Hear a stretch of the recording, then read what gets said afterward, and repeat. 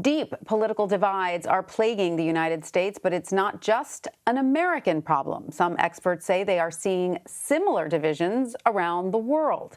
In an opinion piece for the New York Times, columnist Thomas Edsall writes, many nations are seeing, quote, anti-immigrant fervor, political tribalism, racism, ethnic tension, authoritarianism, and inequity. He argues these problems have allowed leaders like former President Donald Trump to consolidate power. And Thomas joins us now to dive deeper into this issue. He's a contributing op-ed writer for the New York Times. He's also an adjunct professor at Columbia University's Graduate School of Journalism. Thomas, welcome. Great to have you with us. In your piece, you mention a paper by two Stanford sociologists. They describe what they call a, quote, ubiquity of loss happening around the world. What does this mean? What's being lost, and who is experiencing the loss most deeply?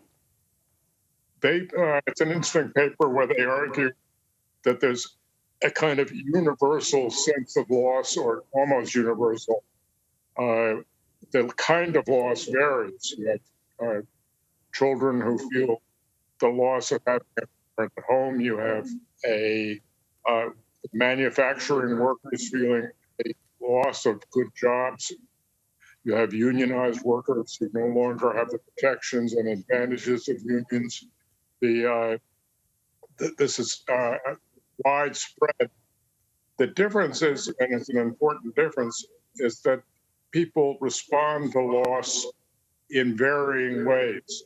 Some people, as they experience decline or falling down the ladder, basically want to start protecting what little they have and preventing others from obtaining from them any more. They become very ungenerous in a sense. I don't mean that critically, it's a logical reaction to the situation. But it lends itself to voting for the kind of politician who will protect you and your interests, or will be perceived to do that, and will be opposed to those that you see taking away from you. So someone who might see immigrants taking jobs away from regular American citizens would be willing to support that candidate, even if, and not even if, but in fact, supporting that candidate if the candidate tends to be kind of authoritarian, or and to not really regard democracy as a critical factor. You know, it's interesting. My brother's a professor of political science at UVA, and he often says to me, there's no more volatile or animated political force than a group that feels its status is slipping. So that kind of goes along with what you're talking about.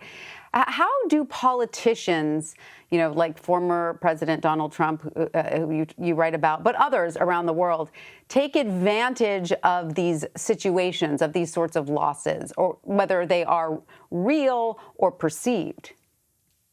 Well, a person suffering loss tends to blame themselves for saying, well, I'm just not good enough. What Trump does is says, you're fine. Here are the people you ought to blame for causing your loss, and he gives people a way to externalize their sense of loss and not punish themselves.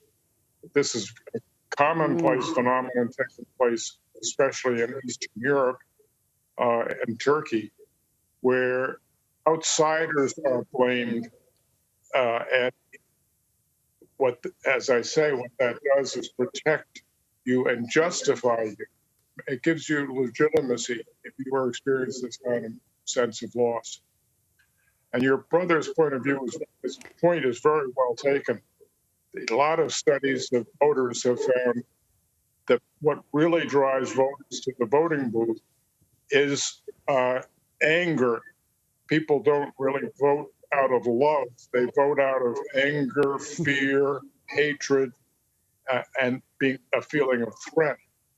So this whole notion of scarcity and loss really provides a climate that feeds into someone who is willing to focus on that loss and provide the voter with someone else to blame for it. Thomas Edsall, professor at Columbia University School of Journalism, thank you so much for joining us. We appreciate your perspective.